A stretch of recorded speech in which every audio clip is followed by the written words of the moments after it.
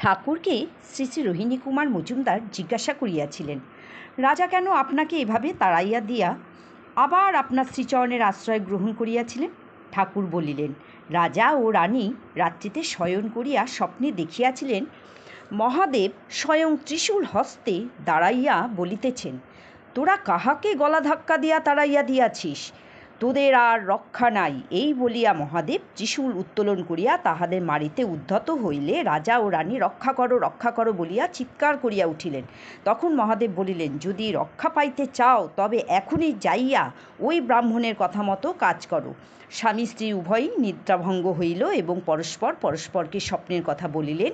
কাল বিলম্ব না করিয়া রাত্রিতেই তাহারা লোকজন লইয়া ঠাকুরের অনুসন্ধানে আসিয়াছিলেন। সেই দিন হইতেই ওই রাজদম্পতি শ্রী শ্রী ঠাকুরকে গুরুরূপে বরণ করিলেন।